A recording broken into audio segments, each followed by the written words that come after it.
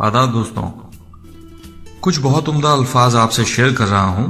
कहा है, सफर का मजा लेना हो तो साथ में सामान कम रखिए, जिंदगी का मजा लेना हो तो दिल में अरमान कम रखिए।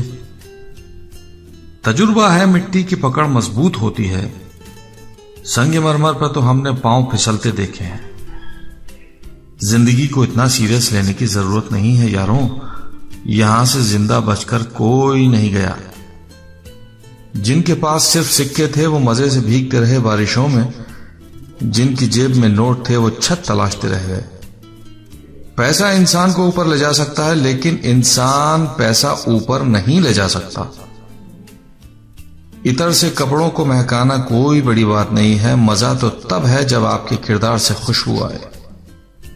रात भर गहरी नींद आना इतना आसान नहीं है, उसके लिए दिन भर ईमानदारी से जीना पड़ता है। अमाल से ही पहचान होती है इंसानों की, महंगे कपड़े तो पुतले भी पहनते हैं दुकानों में।